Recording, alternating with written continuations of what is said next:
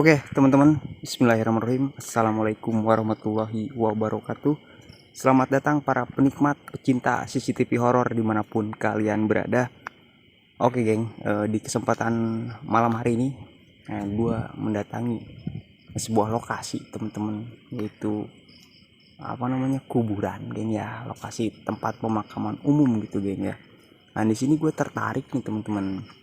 Soalnya gue dapet info dari salah satu juru kunci yang ngurus TPU ini, teman-teman. Katanya ada nih bang, katanya makam, bukan makam, sorry, keranda, geng, keranda keramat yang terbengkalai gitu, geng. Nah, dia udah lama nggak dipakai, teman-teman. Gue nggak tahu nih makam bukan makam, keranda barunya di sebelah mana, gue nggak tahu juga, geng. Cuman dia cuma ngasih taunya ini ada keranda keramat, dia bilang kan ini udah lama nggak dipakai, udah sekitar 14 tahun atau 15 tahun nggak dipakai, teman-teman, gitu kan. Kerandanya udah waktunya istirahat kerandanya gitu, teman-teman. Nah, gue penasaran gitu, geng. Seperti biasa gue bakalan bereksperimen CCTV, teman-teman. Nah, ini geng, depan kalian udah kelihatan, geng. Waktu dulu sih, geng ya, waktu gue masih eksplorasi, gue di sini ada dua keranda, teman-teman. Gue lihat ada dua keranda, cuman sekarang tinggal satu nih, geng.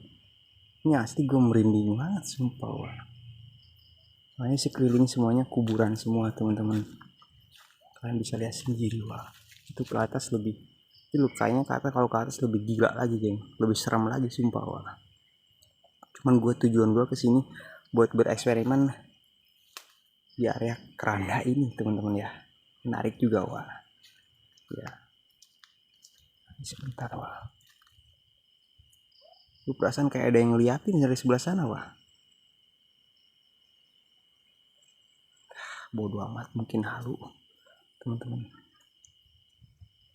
Ya, geng, nggak usah lama-lama, teman-teman, langsung aja kita lanjut bereksperimen CCTV.